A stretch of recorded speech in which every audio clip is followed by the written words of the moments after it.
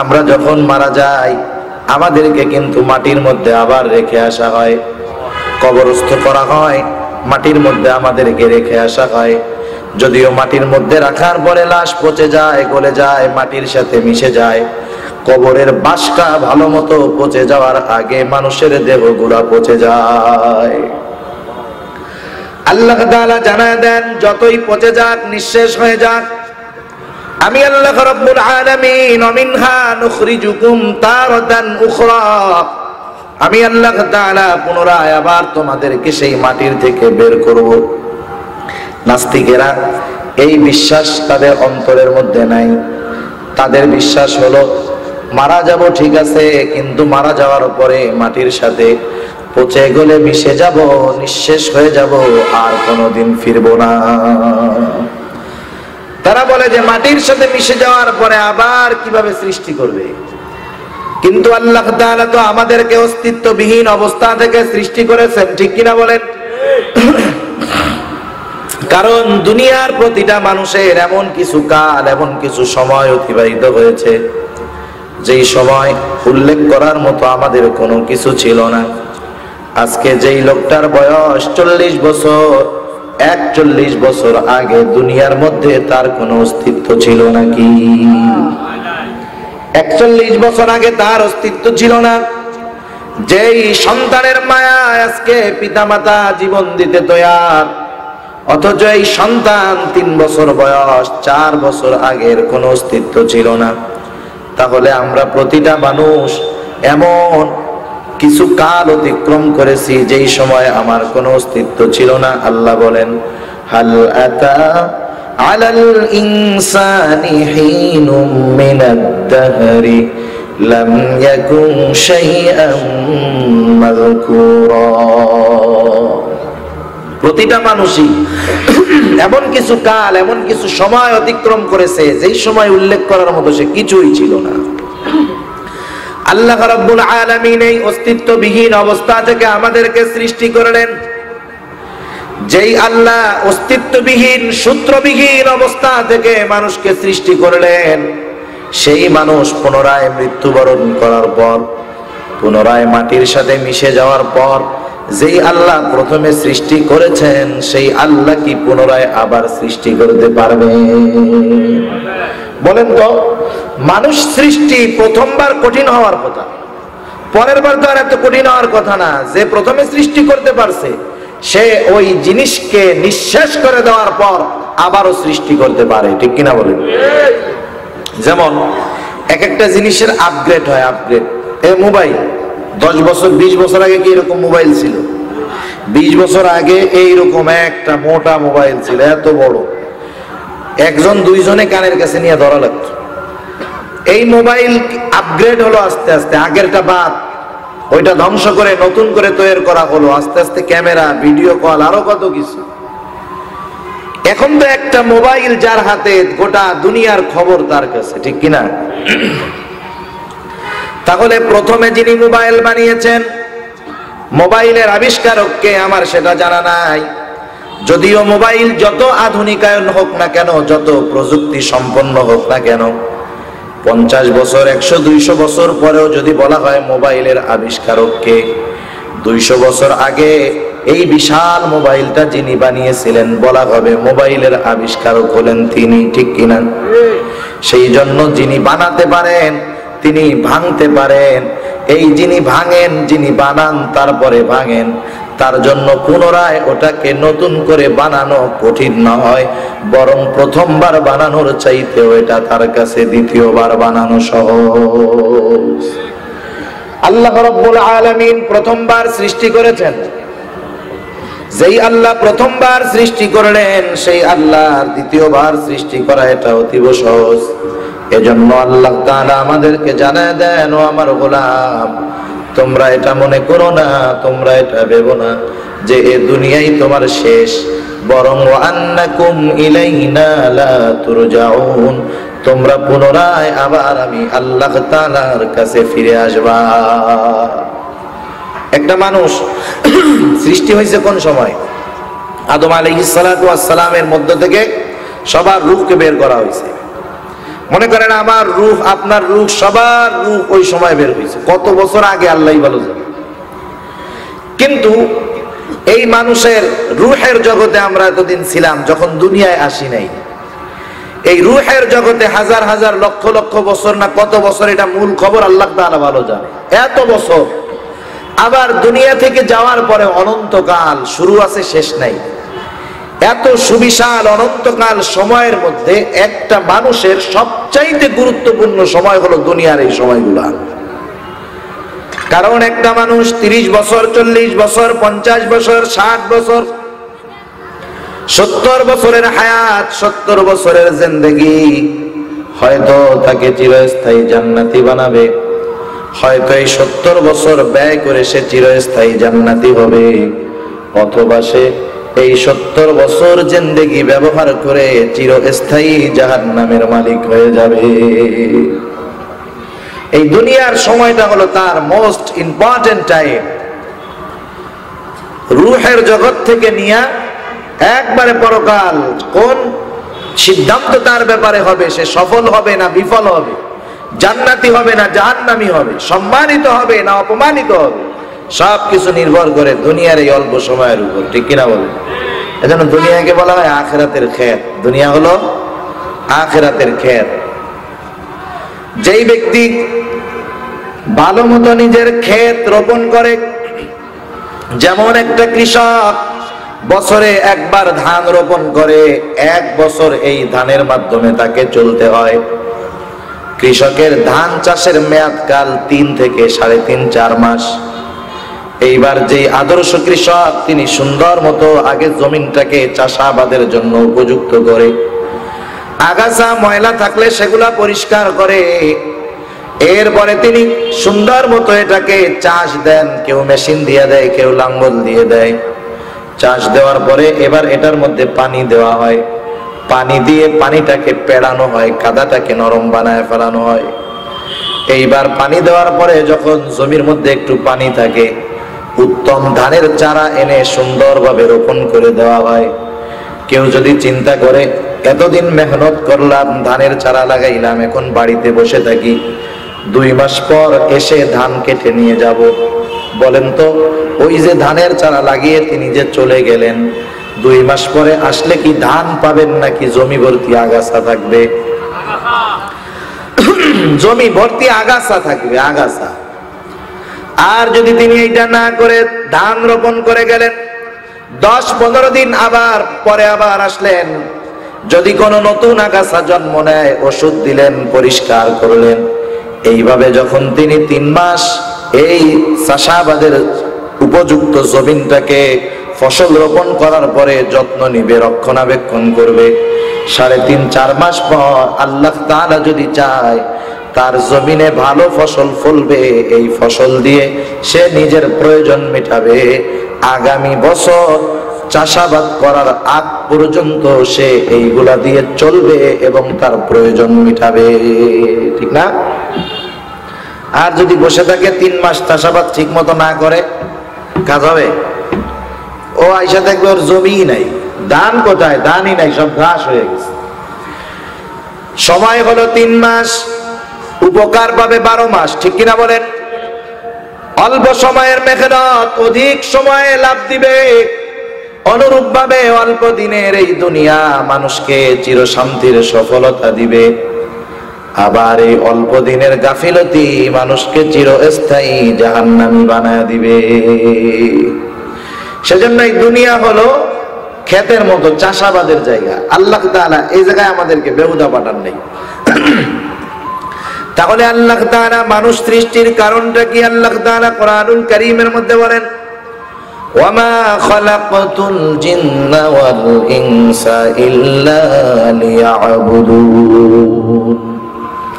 আল্লাহ তাআলা বলেন, আমি মানুষ এবং জিনকে সৃষ্টি করেছি আমি আল্লাহ তাআলার ইবাদত করার জন্য তথা আল্লাহ তাআলার গোলামি করার জন্য।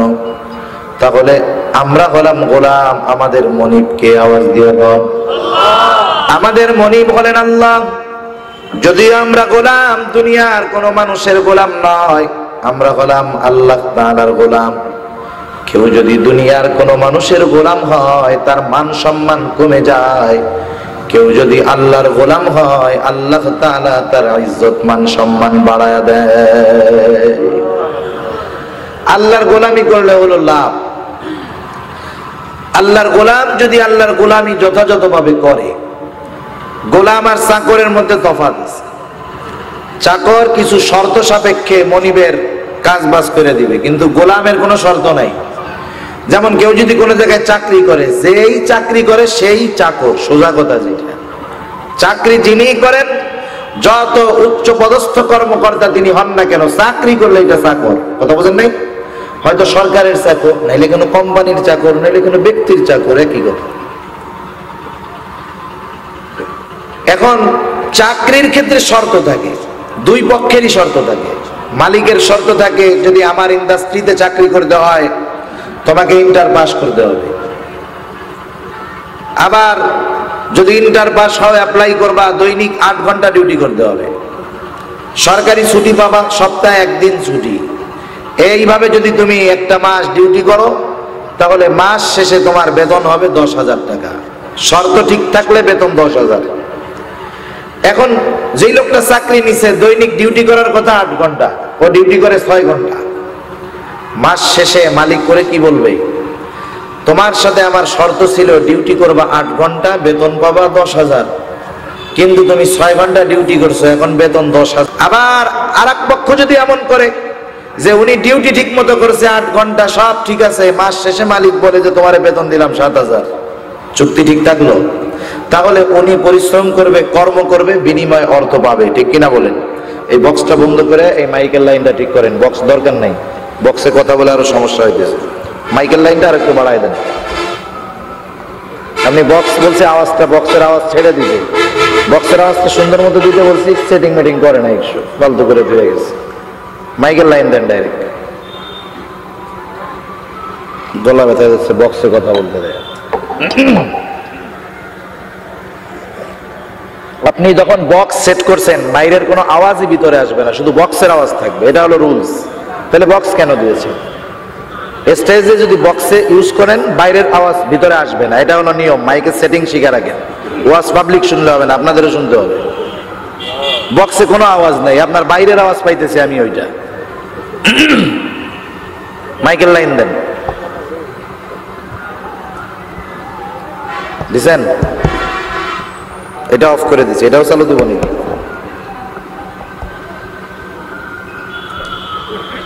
তাহলে মানুষ যখন আল্লাহ তাআলার গোলামি করবে, চাকর আর গোলামের মধ্যে তফাৎ আছে, ঠিক কিনা? একটা হরেন এই জায়গায় লাগান, দ্রুত লাগান, আর বক্স মক্স লাগবে না, কারো লাগলে সে পরে লাগাই নিবে।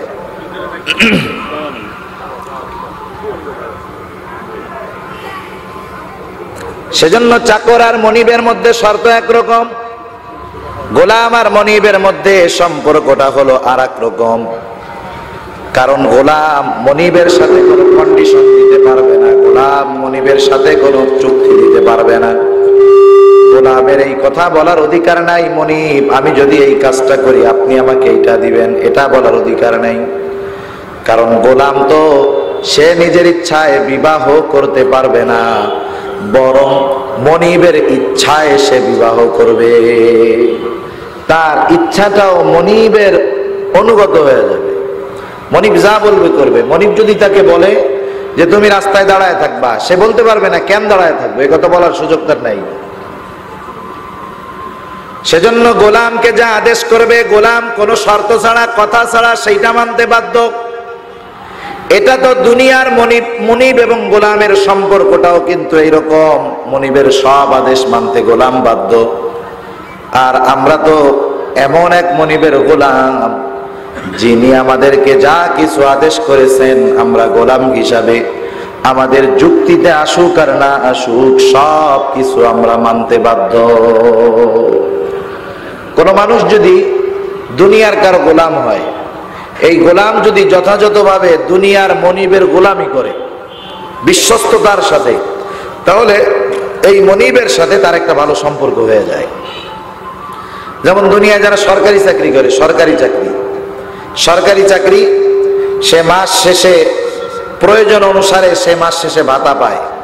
সে যদি তার চাকরির নির্দিষ্ট মেয়াদ সুন্দরভাবে যথাযথভাবে আইন মেনে শেষ করতে পারে, চাকরির শেষে তাকে এমন পরিমাণ অর্থ দিয়ে দেওয়া হয় যাতে বাকি জিন্দেগি তার আর উপার্জন করার চিন্তা না করা লাগে। ঠিক কিনা বলেন? কিন্তু কেউ যদি যথাযথ নিয়মে তার চাকরি শেষ করতে না পারে, তাহলে সরকার কিন্তু তাকে চাকরির শেষে যেই টাকাটা দেওয়ার কথা সেটা দিতে বাধ্য না। আবার অনেক সময় দেখবেন অনেক কোম্পানিতে এমন আছে, ওই কোম্পানির কর্মচারীরা যদি মালিকের কথা ঠিকভাবে মেনে চলে, মনিবের আনুগত্য হয়, অনেক সময় বেতন দেওয়ার পরেও ওই মনিব তার কর্মচারীদেরকে আলাদা আরো বেশি সুযোগ সুবিধা প্রদান করে। ঠিক কিনা বলে? তাহলে কোন মালিকের গোলামি আনুগত্য যদি কোনো কর্মচারী যথাযথভাবে করে, মালিকের সাথে কর্মচারীর একটা ভালো সম্পর্ক হয়, তাই না? ইসলামের ইতিহাসে অন্যতম একজন শ্রেষ্ঠ বাদশা ছিলেন, তার নাম হলো সুলতান মাহমুদ গজনবী রহমাতুল্লাহি আলাইহি। এই সুলতান মাহমুদ গজনবী, এনার একজন গোলাম ছিল, সেই গোলামের নাম হলো আয়াজ। সুলতান মাহমুদ সব জায়গায় গোলাম আয়াজকে সাথে করে নিয়ে যাইতেন। সব জায়গায় গোলাম আয়াজ সুলতান মাহমুদের সাথে, বিভিন্ন দেশ থেকে সুলতান মাহমুদের সাথে বড় বড় বাদশা দেখা করতে আসছে। রুদ্ধদ্বার বৈঠক চলতেছে, সেখানে মন্ত্রী পর্যন্ত সুযোগ পায় না, কিন্তু সুলতান মাহমুদের পাশে দাঁড়ানো গোলাম আয়াজ। এই জিনিসগুলা মন্ত্রী, সেনাপতি, উজির নাজির কারোই ভালো লাগে না। তারা নিজেরা বলা বলি করে, দেখছো সুলতান মাহমুদের মাথা মনে হয় খারাপ হয়ে গেছে। আমাদের মতো উচ্চ বংশীয় সম্ভ্রান্ত লোক থাকার পরেও সুলতান মাহমুদ একজন গোলামকে সব সময় তার সাথে নিয়ে চলে। বাদশা কি আমাদেরকে চোখে দেখে না? বাদশার মাথাটা কি খারাপ হয়ে গেল নাকি? গোলামের ঘরের গোলামকে নিয়ে সব জায়গায় যায়। এই কথাটা একটা সময় সুলতান মাহমুদের কানে পৌঁছায় গেল। সুলতান মাহমুদ একদিন রাজ দরবারে বসা, সবার সামনে তার ধনভাণ্ডার থেকে একটা দামি হীরার টুকরা এনে সবার সামনে এর গুণগান বর্ণনা করতেছে, যে হীরাটা হলো অনেক দামি হীরা। এই হীরার গুণগান বর্ণনা করার পর সুলতান মাহমুদ এবার মন্ত্রীকে ডেকে বলে, ও মন্ত্রী, এদিকে আসো, এই হীরাটার দাম সম্পর্কে জানো? বলে, না জানি। বলে, এটা ধরো, আছাড় দিয়া ভেঙে ফেলো। মন্ত্রীকে যখন বাদশাহ আদেশ করলো হীরাটা আছাড় দিয়ে ভাঙো, মন্ত্রী এবার বাদশার কাছে কাকুতি মিনতি করে বলে, ও বাদশাহ, আপনি তো আমাকে মোহাব্বত করে দয়া করে মন্ত্রিত্বের আসনে উপবেশন করিয়েছেন। বাদশাহ, আমি নিজ হাতে আপনার সম্পদের এত বড় ক্ষতি, রাষ্ট্রের সম্পদের এত বড় ক্ষতি করার মতো যোগ্যতা আমার নাই, এই কাজ আমি পারবো না। বাদশাহ মন্ত্রীর আচরণে খুশি হয়ে গেলেন, মন্ত্রীকে এক থলে মোহর পুরস্কার দিল। মন্ত্রী হাসি মুখে গিয়া তার আসনে বসে গেল। এবার ডাক দিয়েছেন উজিরকে, বলে, উজির, এদিকে আসো, এই যে হীরাটা, এই সম্পর্কে তুমি কিছু জানো? বলে, হ্যাঁ জানি। বলে, ধরো, ভাঙো। উজির বলে, না বাদশাহ, না, এই কাজটা আমার দ্বারা করা সম্ভব নয়। স্বাভাবিক মন্ত্রী যেটা করে নাই সেটা উজির তো করবে না, বরং প্রয়োজনে দ্বিগুণ কাকুতি মিনতি করবে বাদশার প্রতি। বাদশাহ উজিরের আচরণে খুশি হয়ে গেলেন, এক থলে মোহর দিয়ে দিল। উজিরও তার আসনে গিয়া বসলো। চিন্তা করতেছে, আজকে মনে হয় আমরা বাদশার মনকে জয় করে ফেলতেছি। এবার সেনাপ্রধানকে ডাক দিল, সেনাপ্রধান, এদিকে আসো, ধরো, আছাড় দিয়া ভাঙো। সেনাপ্রধান বলতেছে, ও বাদশাহ নামদার, কি বলেন আপনি? এই কাজ আমার দ্বারা সম্ভব নয়, কারণ বিভিন্ন দেশে আমরা যখন অভিযানে যাই, এই সম্পদগুলো উপার্জন করতে গিয়ে নিজের জীবন বাজি রেখে লড়াই করি। এই সম্পদ, যেই জীবন বাজি রেখে লড়াই করলাম, সেই সম্পদ আবার নিজের হাতে নষ্ট করব, এমনটা আমার দ্বারা করা সম্ভব নয়। বাদশাহ খুশি হয়ে গেলেন, এক থলে মোহর দিয়ে দিল, চলে গেছে, জায়গায় গিয়ে বসে আছে। এবার সুলতান মাহমুদের পাশে দাঁড়ানো হলো গোলাম আয়াজ। বাদশাহ এবার আয়াজকে ডাক দিয়ে বলে, ও আয়াজ, এই হীরার সম্পর্কে তুমি জানো? বলে, হ্যাঁ জানি, আছাড় দিয়ে ভেঙে ফেলো। সুলতান মাহমুদ আদেশ করলো আয়াজকে, সাথে সাথে আছাড় দিয়ে আয়াজ হীরাগুলা ভেঙে ফেললো। সবাই দাঁড়ায় গেছে। মন্ত্রী বলে, এই জন্যই তো বলি গোলামের ঘরের গোলাম ও কি সম্পদের দাম বুঝে নাকি? সেনাপতি বলে, ও বাদশাহ নামদার, আপনি আদেশ করেন, আপনি হুকুম দেন, এখনই এই গোলামের ঘরের গোলামের কল্লাটা ফালায় দেই। বাদশাহ বলে, থামো, তোমাদেরকে ভাঙার জন্য আদেশ করেছিলাম, তোমরা ভাঙো নাই, কারণ দেখিয়েছো। আয়াজকে বলেছি, আয়াজ ভেঙে ফেলেছে, ভাঙার তো কোনো কারণ অবশ্যই তার আছে, তারটা আগে শুনে নাও। বাদশাহ এবার বলতেছে, আয়াজ, যেই কাজটা ওরা করলো না, তুমি সেই কাজটা বলার সাথে সাথে করলা, কারণ কি?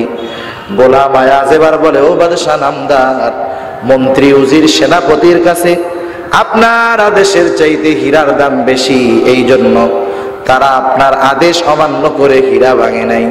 কিন্তু আমি গোলাম আয়াজের কাছে এইরকম একটা নয়, শত হীরার চাইতে আমার মনিব সুলতান মাহমুদের আদেশের দাম বেশি। বাদশাহ এবার বলে, বুঝতে পারছো আয়াজকে কেন আমি সাথে রাখি? কারণ আয়াজ হলো আমার একনিষ্ঠ গোলাম। ইতিহাস সাক্ষ্য দেয়, এই আফ্রিকার নিগ্রো কালো আয়াজ সুলতান মাহমুদের কাছে যদিও আমরা জানি সে গোলাম, কিন্তু সুলতান মাহমুদের সাথে সম্পর্কটা আয়াজের ছিল বন্ধুর মতো। দুনিয়ার একটা মানুষের গোলামি যথাযথভাবে করার কারণে বড় একজন সুলতানের গোলাম হয়ে গেছে তার বন্ধু, গোলামি করার কারণে, ঠিক না? আল্লাহ রাব্বুল আলামিন আমাদেরকে জানায় দেন, আমার গোলামেরা, তোমরা যদি আমার গোলামি যথাযথভাবে করো, আমার আদেশ নিষেধগুলা যদি যথাযথভাবে মান্য করো, আমার গোলামেরা, তোমরাও একটা সময় তোমাদের পরিচয় গোলাম থাকবে না, আমি আল্লাহ তাআলা তোমাদেরকে আমার বন্ধু বানায় নিব। আল্লাহ রাব্বুল আলামিন পবিত্র কোরআনুল কারীমের মধ্যে জানায় দেন, আল্লাহ বলেন, আলা ইন্না আউলিয়া আল্লাহি লা খাউফুন আলাইহিম ওয়ালা হুম ইয়াহজানুন। আল্লাহ তাআলা বলে, জেনে রাখো, ইন্না আউলিয়া আল্লাহ, নিশ্চয়ই যারা আল্লাহর ওলি তথা আল্লাহর বন্ধু। আল্লাহর ওলি কারা হয়? মানুষই তো হয় নাকি? তার মানে যেই মানুষগুলা আল্লাহর গোলামি যথাযথভাবে করে, এই মানুষগুলাই এক সময় আল্লাহর ওলি হয়ে যায়। আল্লাহ তাআলা বলেন, যারা আমার ওলি হয়ে যায়, যারা আমার বন্ধু হয়ে যায়, লা খাউফুন আলাইহিম ওয়ালা হুম ইয়াহজানুন, তাদের ভয়ও নাই, চিন্তাও নাই। মুফাসসিরিনে কেরাম বলেন, ফিদ দুনিয়া ওয়াল আখিরাহ, আল্লাহর ওলি যারা, তাদের ভয় এবং চিন্তা দুনিয়ায়ও নাই, আখিরাতেও নাই। সেজন্য যথাযথভাবে গোলামি করলে লাভ না লস। সেজন্য আল্লাহ তাআলা বলেন, ওয়ামা খালাকতুল জিন্না ওয়াল ইনসা ইল্লা লিয়াবুদুন, আমি মানুষ এবং জিনকে সৃষ্টি করেছি আমি আল্লাহ তাআলার ইবাদত করার জন্য, দাসত্ব করার জন্য। এই দাসত্বের মধ্যেই তার সফলতা, দাসত্ব ছেড়ে দিলেই সে হয়ে যাবে চূড়ান্ত ব্যর্থ। তাহলে মানুষের মূলত সফলতা কার দাসত্বের মধ্যে? জোরে বলেন, আল্লাহর গোলামের মধ্যে সফলতা। আল্লাহ রাব্বুল আলামিন সেজন্য জানায় দেন, আমরা তো মনে করি দুনিয়ার মধ্যে যে অনেক টাকার মালিক, অনেক ক্ষমতার মালিক, অনেক পদের মালিক, অনেক সম্পদের মালিক, সেই লোকটা মনে হয় সফল। আসলে কিন্তু সফল সে নয়, বরং আল্লাহ তাআলা বলেন সফলকে। আল্লাহ বলেন, ফামান যুহজিহা আনিন নার ওয়া উদখিলাল জান্নাতা ফাকাদ ফাজ, সফল হলো যে জাহান্নাম থেকে বেঁচে জান্নাতে যেতে পারবে, সে হলো সফল। ওটার মধ্যেই প্রকৃত সফলতা। আবার আল্লাহ রাব্বুল আলামিন জানায় দেন, আমার গোলামেরা, তোমরা তোমাদের জীবনকে গড়বা আখিরাতমুখী। তোমাদের মূল নিশানা হবে, মূল টার্গেট হবে আখিরাত। যদি আখিরাতমুখী জীবন ব্যবস্থা গ্রহণ করো, দুনিয়া আমি আল্লাহ তাআলা তোমাদেরকে এমনিতেই দিয়ে দিব। আমি আল্লাহর কাছে আখিরাত চাইবা, দুনিয়া এমনিই পাইবা। আর যদি আমি আল্লাহর কাছে দুনিয়া চাও, দুনিয়াও পরিপূর্ণ পাইবা না, আখিরাতও তোমরা পাবা না। দোকানে মাঝে মধ্যে বিভিন্ন প্রোডাক্টের সাথে বিভিন্ন প্রোডাক্ট ফ্রি দেয়। 5 লিটার তেলের সাথে একটা গায়ের সাবান ফ্রি, ঠিক না? আপনি ওই দোকান থেকে সব সময় সদাইপাতি কিনেন। আপনি যদি যায় বলেন, দোস্ত তোমার দোকান থেকে তো 3 বছর ধরে বাজার করি, এক কাজ করো, আজকে আর তেল নিব না, সাবানটা ফ্রি দাও, দিবে? দিবে নাকি? বলে না ভাই, এটা দেওয়ার উপায় নাই।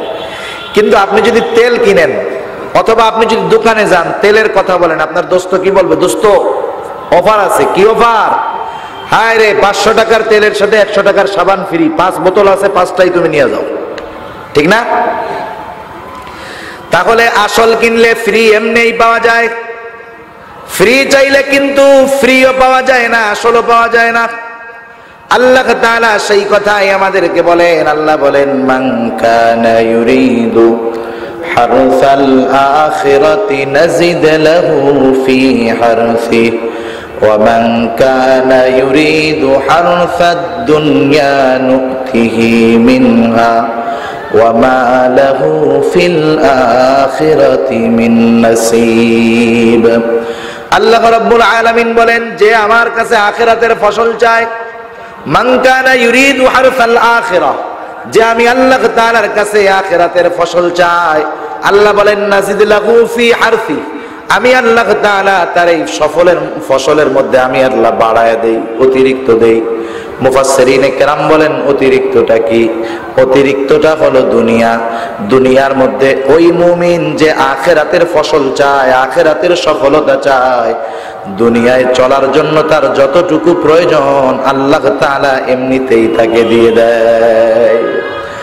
আর যেই মানুষগুলা শুধু আল্লাহর কাছে দুনিয়া চায়, বলে আল্লাহ গাড়ি দাও, বাড়ি দাও, সম্পদ দাও, এত কিছু দাও আর দাও, আল্লাহ তাআলা বলেন, ওয়ামান কানা ইউরিদু হারসাদ দুনিয়া নুতিহি মিনহা, যে আমি আল্লাহ তাআলার কাছে দুনিয়া চাই, আল্লাহ বলেন নুতিহি মিনহা, ও যতটুকু চায় আমি আল্লাহ ওরে ততটুকু দেই না, বরং নুতিহি মিনহা, সে যা চায় তার মধ্য থেকে আমি আল্লাহ যতটুকু চাই তাকে ততটুকু দেই।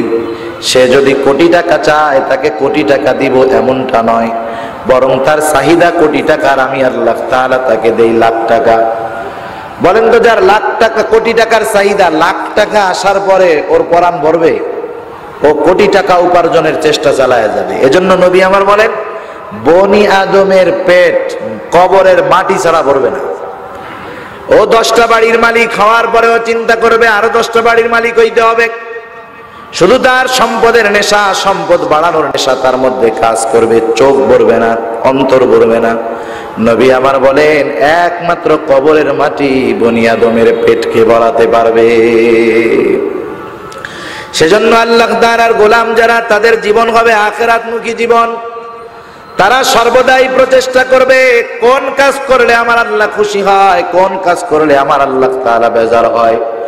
এই জন্য যেই মানুষগুলা আখিরাতমুখী জীবন ব্যবস্থা গ্রহণ করে, ওই মানুষগুলা আল্লাহ তাআলার সামনে দণ্ডায়মান হওয়ার বিষয়ে সব সময় ভয়ে থাকে। কারণ এই মানুষগুলা চিন্তা করে যে মরার পরে তো আমার শেষ না, মরার পরেই না আসল শুরু, ঠিক না? কেউ যখন মারা যায় আমরা মাইকে অ্যানাউন্স শুনি, কি বলে, যে অমুক এলাকার অমুক, অমুকের ছেলে অমুক, আব্দুর রহিম বা আব্দুল করিম আজ বিকাল 3 ঘটিকার সময় ইন্তেকাল করছে। কি বলে? ইন্তেকাল করছে। ইন্তেকাল অর্থ স্থানান্তরিত হওয়া। তার মানে সে দুনিয়া একটা জগৎ এখানে ছিল, এখান থেকে স্থানান্তরিত হয়ে আরেকটা জগতে গেছে। সেই জগৎটার নাম হলো আলমে বরজখ। কবরের জগৎ না, এটাকে বলা হয় আলমে বরজখ। কবরে কাউকে যদি দেওয়া হয়, না দেওয়াও হয়, পানির মধ্যে যদি মরে, আগুনি পুড়েও মরে, প্রত্যেককেই আলমে বরজখে থাকা লাগে কিয়ামতের আগ পর্যন্ত। সেজন্য মানুষ যখন মারা যায় আমরা বলি ইন্তেকাল করেছে, অর্থাৎ স্থানান্তরিত হয়েছে। দুনিয়া থেকে এক জগৎ ত্যাগ করে আর এক জগতের মধ্যে সে গেছে। আবার অনেকে বলে ইহলোক ত্যাগ করেছে, ঠিক না? তার মানে দুনিয়ার জিন্দেগি ত্যাগ করে পরকালের জিন্দেগির দিকে রওনা হয়ে গেছে। সেই জন্য মূলত মৃত্যু মানেই কোনো কিছুর শেষ নয়, বরং মৃত্যু হলো আসলটার শুরু। এজন্য আল্লাহর নবী বলেন, বেশি বেশি মৃত্যুকে স্মরণ করো, কারণ মৃত্যু মানুষকে আখিরাতমুখী জীবন ব্যবস্থায় উদ্বুদ্ধ করে। নিজে যদি দৈনিক বেশি বেশি মৃত্যুর স্মরণ করা হয়, তাহলে নিজের জীবনটা তো আখিরাতমুখী হয়। বরং আমরা তো অনেক সময় দেখি অনেক মানুষ এমন আছে কাট্টা বেনামাজি, ঠিক মতো নামাজ কালাম পড়ে না, ঈদের নামাজও পড়ে না, জুমার নামাজও পড়ে না। এই লোকটার বাবা যখন মারা যায়, ভাই যখন মারা যায়, এই বাবা মা মারা যাওয়ার এক সেনে 2-4 মাস নামাজ পড়ে, ঠিক না? ওর মায়ের মৃত্যু, ওর বাবার মৃত্যু ওর কঠিন হৃদয়টাকেও নরম বানায় দিল, মসজিদমুখী বানায় দিল। আর ওই লোকটা যদি দৈনিক নিজের মৃত্যুর কথা স্মরণ করত, এমনিতেই সে সব সময় মসজিদমুখী থাকতো। আল্লাহর নবী বলেন, মৃত্যুকে বেশি বেশি স্মরণ করো। আর শয়তান মৃত্যুকে বেশি বেশি ভুলায় দেয়, শুধু দুনিয়ার চাকচিক্য সামনে দেখায়, যায় এত বছর বাইচা থাকবি, এই কর সেই কর, দুনিয়ার চাকচিক্য আমাদের সামনে তুলে ধরে। আমরা মনে করি দুনিয়াই মনে হয় সব, কিন্তু আল্লাহ রাব্বুল আলামিন জানায় দেন, না বান্দা, না, মৃত্যুর সিস্টেমটা আল্লাহ এমন সিস্টেম রাখছে। আল্লাহ রাব্বুল আলামিন আসার একটা ধারাবাহিকতা রেখেছেন, যাওয়ার ক্ষেত্রে কোনো ধারাবাহিকতা রাখেন নাই। যদি যাওয়ারও ধারাবাহিকতা থাকতো, তাও তো মানুষের একটা হিসাব থাকতো। ছোট ভাই চিন্তা করতো, বড় ভাই যতদিন না মরবে ততদিন তো আর আমি মরতেছি না, ঠিক না? বেশি বেশি নিজের চাইতে বড় ভাইয়ের জন্য দোয়া করতে বেশি, আল্লাহ বড় ভাইরে বাঁচায় রাখো, কারণ বড় ভাই বাঁচলেই তো আমি বাঁচবো, এতে মরলে আমি শেষ। আল্লাহ তাআলা এই সিরিয়ালটাও রাখেন নাই, বরং আমাদের চোখের সামনে প্রতিনিয়ত কয়েকদিনের শিশুও মরে, সদ্য ভূমিষ্ঠ শিশুও মরে, বালকও মরে, কিশোরও মরে, যুবকও মরে, বৃদ্ধও মরে। গোটা দুনিয়ার মূল সমীকরণ হলো, দৈনিক যত মানুষ মারা যায় তার মধ্যে প্রায় 70%-এর কাছাকাছি মারা যায় যারা বৃদ্ধ নয়। মানুষ যেগুলো মারা যায় সারা দুনিয়ার 20 থেকে 25% বৃদ্ধ মানুষ মারা যায়, বাকি 75% মানুষ এরা যুবক, কিশোর, না হয় শিশু।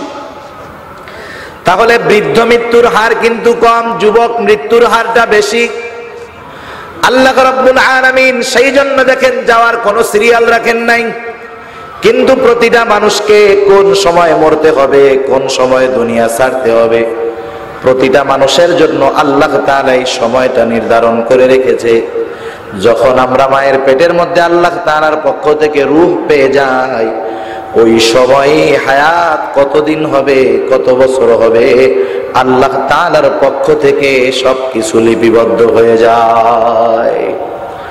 আর ওই সময়টা আসার আগে যত অসুস্থ মরে না, ওই সময় আসার পরে যত সুস্থ থাকে না।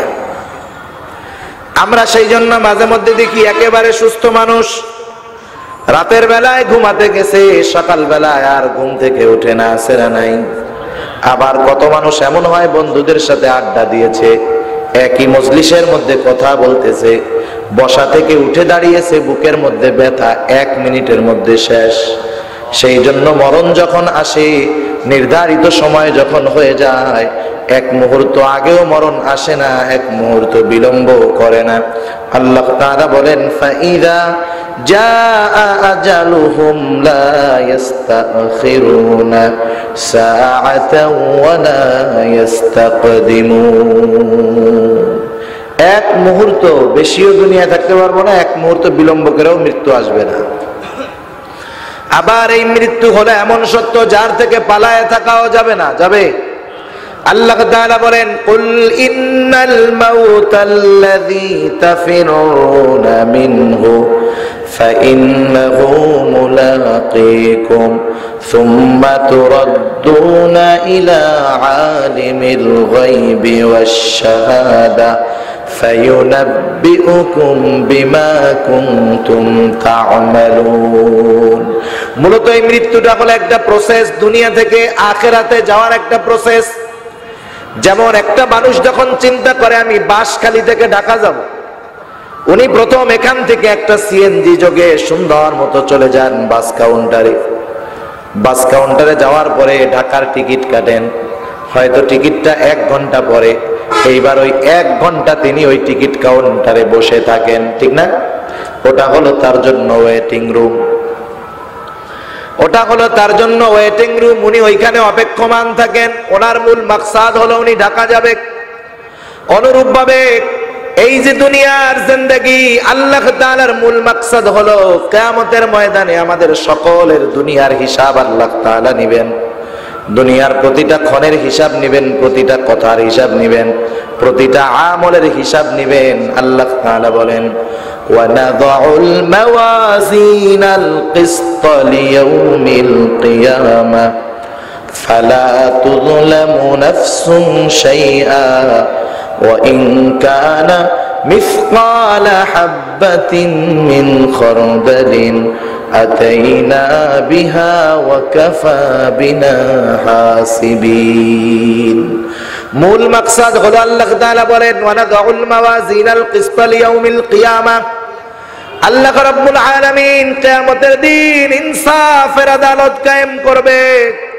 কেন আল্লাহ তাআলা বিচারালয় কায়েম করবে? আল্লাহ তাআলা বলেন, আম নাজআলুল্লাযীনা আমানু ওয়া আমিলুস সালিহাতি কাল মুফসিদিনা ফিল আরদ আম নাজআলুল মুত্তাকিনা কাল ফুজ্জার। আল্লাহ তাআলা বলেন, আম নাজআলুল্লাযীনা আমানু ওয়া আমিলুস সালিহাত, যারা ঈমান আনছে, আমলে সালেহ করছে, নেক কাজ করছে, কাল মুফসিদিনা ফিল আরদ। আল্লাহ তাআলা বলেন, আম নাজআলুল্লাযীনা আমানু ওয়া আমিলুস সালিহাতি কাল মুফসিদিনা ফিল আরদ আম নাজআলুল মুত্তাকিনা কাল ফুজ্জার। আমি আল্লাহ তাআলা কি যারা ঈমান এনেছে, নেক আমল করেছে, তাদেরকে আর যারা জমিনের মধ্যে ফিতনা ফাসাদ সৃষ্টি করে বেরিয়েছে তাদেরকে সমান বানায় দিব? আল্লাহ তাআলা বলেন, না, এটা কোশ্চিন কালেও হবে না।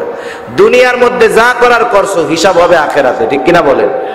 আল্লাহ তাআলা এই জন্য বলেন, আমি কিয়ামতের দিন ইনসাফের আদালত কায়েম করব, বিচারালয় কায়েম করব।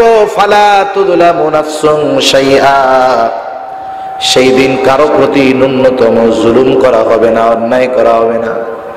দুনিয়ার আদালতের মধ্যে অধিকাংশ ক্ষেত্রে যিনি ন্যায় বিচার পাওয়ার কথা তিনি জুলুমের শিকার হন বেশি। ঠিক কিনা বলেন?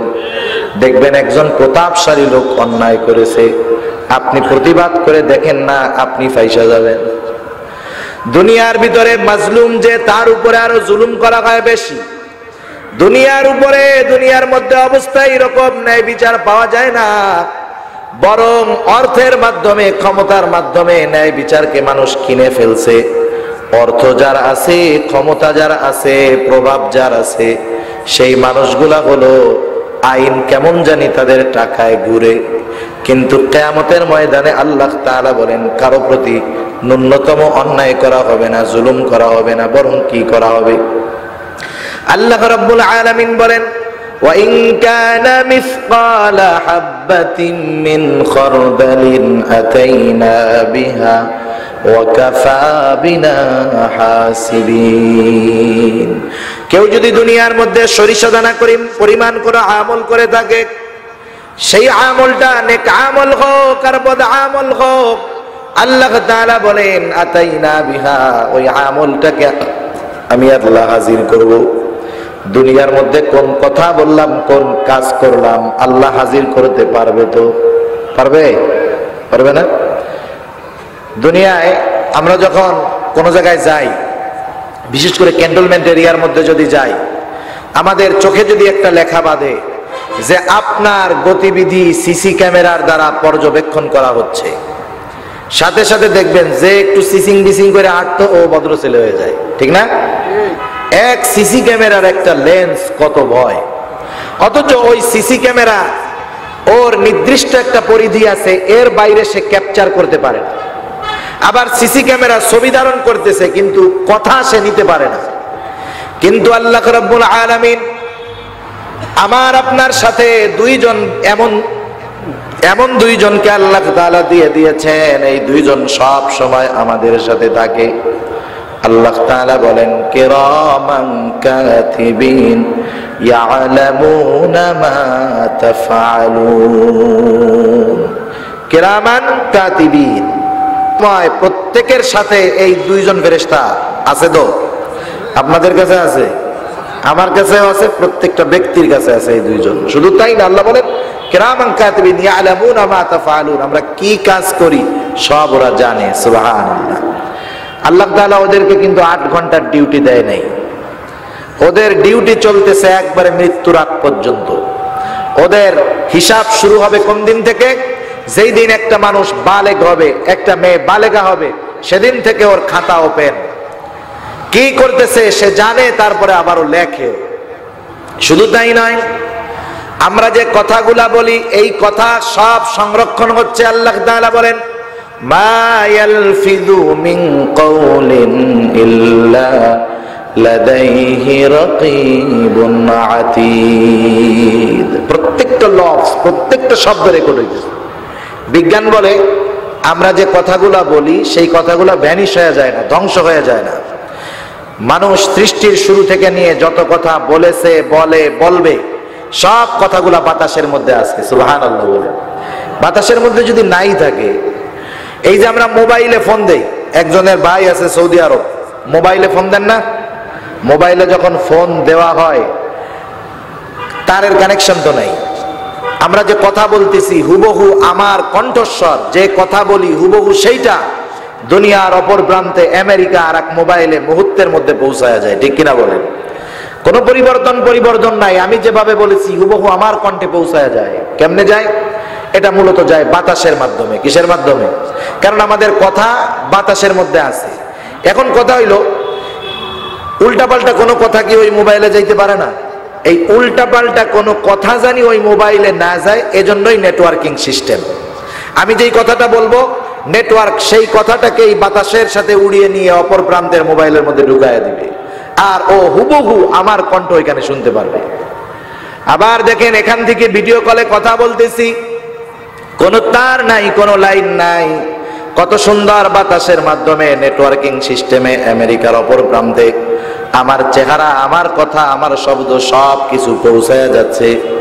এই বুদ্ধিগুলা মানুষকে যে আল্লাহ তাআলা দিলেন, সেই আল্লাহ তাআলা যদি কিয়ামতের দিন বাতাসকে আদেশ করে, ও বাতাস, বাঁশখালীর আব্দুল করিম সে দুনিয়ার জিন্দেগিতে কতগুলা কথা বলেছে সবগুলা আলাদা করো। জমিনকে যদি বলে কোন কোন জায়গায় কথাগুলা বলছে তুমি আমাকে জানায় দাও, বলেন তো আব্দুল করিমের সব কথাগুলা আলাদা হবে? তো হবে না? এই গুগলের মধ্যে, গুগল জানেন? গুগলের মধ্যে সারা দুনিয়ার তথ্য আছে, সব তথ্য আছে গুগলের মধ্যে। আমরা যা জানি তাও আছে, আমরা যা জানতে চাই তাও আছে, আমরা যা জানতে চাওয়ার সম্ভাবনা আছে তাও আছে। কারণ আপনি যখন গুগলে কোনো কিছু সার্চ দিবেন, দুইটা অক্ষর লেখার সাথে সাথে দেখবেন 10-15টা লাইন চলে আসছে। আপনি কি এটা জানতে চান, এটা জানতে চান, এটা জানতে চান, তার মানে আমি কি জানতে চাই, কি জানতে চাওয়ার সম্ভাবনা আছে সব গুগলের মধ্যে আছে। এই ব্যাপারে আলাদা লোক নিয়োগ দেওয়া আছে যে একটা মানুষ সে কোন কোন বিষয় জানতে চাইতে পারে। এত তথ্য গুগলের মধ্যে। কিন্তু যখন আপনি নির্দিষ্ট কোনো শব্দ, নির্দিষ্ট কোনো বাক্য লিখে সার্চ দিবেন, ওই অগণিত কোটি কোটি তথ্যের মধ্য থেকে কয়েক সেকেন্ডের মধ্যে আপনি আমি যেই তথ্যটা চেয়েছি সে আলাদা করে বের করে আমার মোবাইল স্ক্রিনে এনে দেয়। ঠিক কিনা বলে? এই যে আধুনিক প্রযুক্তির বুদ্ধি দিয়েছে কে? জোরে বলেন, কে দিছে? সেই আল্লাহ তাআলা যদি চায় আমার কথা আলাদা করে আমলনামায় লিপিবদ্ধ করে দিতে পারে না? প্রত্যেকটা মানুষের কথা, প্রত্যেকটা মানুষের কাজ, সে কোন কাজ করেছে এই কাজের কারণে তার সওয়াব না গোনা এক পাশে লেখা থাকবে। আমল এইটা, সওয়াব এইটা, আমল এইটা, গোনা এইটা স্পষ্টভাবে থাকবে। আমলনামা প্রতিটা মানুষের কাছে পৌঁছায়া দেওয়া হবে। কেউ বা ডান হাতে আমলনামা পাবে, কেউ বা তার বাম হাতটা বুকের মধ্য দিয়ে চিরে পিছন দিকে চলে যাবে, বাম হাতে আমলনামা পাবে। আমলনামা দেওয়ার পরে আল্লাহ তাআলা বলবেন, ইকরা কিতাবাকা কাফা বিনাফসিকাল ইয়াওমা আলাইকা হাসিবা। আল্লাহ তাআলা বলবে, পড়ো তোমার কিতাব, কাফা বিনাফসিকাল ইয়াওমা আলাইকা হাসিবা। আজকের এই দিন তোমার হিসাবের জন্য তুমিই যথেষ্ট। তুমি পাস না ফেল তুমি বুঝতে পারবা। সারা দুনিয়ায় 1000-এর উপরে ভাষা আছে, তারও বেশি আছে। যে যেই ভাষাভাষী হোক না কেন, আমলনামার ভাষা বোঝার যোগ্যতা দিয়ে দিবে কে? আল্লাহ তাআলা। কিছুকাল আগে মানুষ বিদেশে যাওয়ার জন্য ভাষা শিখতে, বলবো বাংলা ভাষায়, কিন্তু চাইনিজের কাছে আমার ভয়েস, আমার কণ্ঠে আমার কণ্ঠটা তার কাছে পৌঁছায়া যাবে। সে আমার কণ্ঠ শুনবে, কিন্তু বাংলা ভাষায় নয়, সে শুনবে তার চাইনিজ ভাষায়। এবার চাইনিজ তো শুনে আমারে ওর ভাষায় বলবে, চ্যা চু চু, যা বলার বলবে, যে ভালোই আছে। ও যখন ছাড়বে কথা, আমার কাছে যখন এটা পৌঁছাবে সুন্দর মতো, আমি শুনতে পারবো আমার বাংলা ভাষায়, কিন্তু ভয়েস ওর ঠিক থাকবে। আল্লাহ তাআলা দেখেন কত সুন্দর, প্রযুক্তির কারণে অনেক কিছু সহজ আমাদের সামনে বোঝা। দুনিয়ার 200-র কাছাকাছি দেশ এই প্রযুক্তির মাধ্যমে প্রতিটা মানুষ এক দেশের মানুষের সাথে সহজে কথা বলতে পারবে। আল্লাহ তাআলা যদি চান, ওই আমলনামা বোঝার যোগ্যতা প্রতিটা মানুষের মধ্যে দিয়ে দিতে পারবেন। মানুষ প্রত্যেকেই তার আমলনামা পড়তে পারবে। আবার জাতীয় সংঘের মধ্যে মাঝে মধ্যে কনফারেন্স হয়, কনফারেন্স দেখবেন ওখানে যারা অংশগ্রহণ করে প্রত্যেকেই একবারে হেডফোন লাগায় রাখে, দেখছেন না? জাতীয় সংঘে গিয়ে কেউ যদি তার নিজস্ব ভাষায় বক্তব্য দেয়, মনে করেন একজন বাঙালি বাংলা ভাষায় বক্তব্য দিবে, বর্তমান সিস্টেম হলো সে যদি বাংলা ভাষায় বক্তব্য দেয়, 200 দেশের মানুষ আছে সেইখানে, প্রত্যেকের কানে হেডফোন। মেশিনের থেকে যখন ওই হেডফোন দিয়ে তার কানে বক্তব্য যাবে, উনি বলতেছে বাংলা ভাষায়, আর 200 জনের কানে 200টা ভাষায় মুহূর্তের ভিতরে ওই বক্তব্য 200 জনের কানে পৌঁছায় যায়। সুবহানাল্লাহ। দেখছেন, এই প্রযুক্তি আল্লাহ মানুষকে দিয়েছে। সেই আল্লাহ তাআলা কি পারবেন তো মানুষকে আমলনামা পড়ার যোগ্যতা দিতে পারবেন? মানুষ শুধু পড়বে না, অবাক হয়ে যাবে। তারা বলবে, মালি হাদাল কিতাব লা ইউগাদিরু সগীরাতান ওয়ালা কাবীরাতান ইল্লা আহসাহা। কেমন কিতাব রে এটা, কোনো কিছুর হিসাব বাদ যায় নাই, একেবারে ছোটটাও বাদ যায় নাই, বিশাল বড়টাও বাদ যায় নাই, সব আছে আমলনামার মধ্যে। আল্লাহ রাব্বুল আলামিন হিসাব নিবেন, হিসাবের ফলাফল হবে, কেউ হবে জান্নাতি, কেউ হবে জাহান্নামী। তাহলে এই হিসাব দিবসের দিকে যাওয়ার যেই প্রসেস, সেটার নাম হলো মউত। আল্লাহ তাআলা এই জন্য আমাদেরকে জানায় দেন, আল্লাহ বলেন, কুল্লু নাফসিন যায়িকাতুল মাউত। প্রতিটি প্রাণকে মৃত্যুর স্বাদ আস্বাদন করতেই হবে, প্রতিটি প্রাণীকে মরতেই হবে। কবি কত সুন্দর কথা বলেন, মাউতু কাসিন কুল্লু নাফসিন শারিবু কবরু বাইতিন কুল্লু নাসিন দাখিলু। এই মরণ থেকে পালানোর কোনো উপায় নাই। আল্লাহ তাআলা সেজন্য বলেন, নবী আপনি বলে দেন, ইন্নাল মাউত আল্লাযী তাফিররুনা মিনহু ফাইন্নাহু মুলাকীকুম সুম্মা তুরাদ্দুনা ইলা আলিমিল গায়বি ওয়াশ শাহাদাতি ফায়ুনাব্বিউকুম বিমা কুনতুম তা'মালুন। মরণ থেকে যতই পালাও, মরণ তোমায় লইবে ঘিরি, যদিও পালাও আকাশ পানে, সেথায় তুমি লাগিয়ে সিঁড়ি। মরণ থেকে পালানোর কোনো উপায় নাই। যেখানেই যাওয়া হোক না কেন, নির্ধারিত সময় মৃত্যু অবশ্যই মোলাকাত করবে। শুধু তাই নয়, আল্লাহ তাআলা জানায় দেন, পরকালে তুমি কোন আমল দুনিয়ার মধ্যে করেছো, সেই আমলের খবরও আল্লাহ তাআলা তোমাকে জানায় দিবে। আল্লাহ রাব্বুল আলামিন আরো এক জায়গায় বলেন, কোথায় পালাইবা? দুনিয়ার শত্রুর ভয়ে দুর্গের মধ্যে পালাও, বাংকারের মধ্যে পালাও। বোমার আঘাতের ভয়ে সৈনিক মাটির কত ফুট নিচে গিয়া বাংকার বানায়, যাতে বোমার আঘাত, শত্রুর আঘাত, ট্যাঙ্কের আঘাত কোনো ক্ষতি না করতে পারে। আল্লাহ তাআলা বলেন, আইনামা তাকুনু ইউদরিকুমুল মাউতু ওয়ালাউ কুনতুম ফি বুরুজিম মুশাইয়াদা। তুমি যদি সুদৃঢ় দুর্গের ভিতরে গিয়েও যদি পালাও, মরণ থেকে পালাতে পারবা না, সেথায় মৃত্যু উপস্থিত হয়ে যাবে। মরতে হবে না? অবশ্যই মরতে হবে। কিন্তু সেই মৃত্যুটা যদি ঈমানের সাথে না হয়, অবস্থা কিন্তু খারাপ। কারণ একটা মানুষ ঈমানের সাথে মৃত্যু তার জন্য চূড়ান্ত সফলতা, ঈমানবিহীন মৃত্যু তার জন্য চূড়ান্ত ব্যর্থতা। কেউ যদি ঈমানের সাথে মরতে চায়, গোলামি করতে হবে কার? আওয়াজ দিয়া বলেন। আল্লাহ তাআলা বলেন, কেউ যদি আমার গোলামি করে তার জন্য কি খবর? আল্লাহ তাআলা বলেন, ইন্নাল্লাযীনা ক্বালু রাব্বুনাল্লাহু থুম্মা ইসতাকামু তাতানাজ্জালু আলাইহিমুল মালায়েকা আল্লা তাখাফু ওয়ালা তাহজানু ওয়া আবশিরু বিল জান্নাতিল্লাতী কুনতুম তুআদুন। আল্লাহ তাআলা বলে ইন্নাল্লাযীনা ক্বালু রাব্বুনাল্লাহ, নিশ্চয়ই যারা বলে আমাদের রব হলো আল্লাহ। আমাদের রব কে? আরো জোরে জবান খুলে বলেন আমাদের রব কে?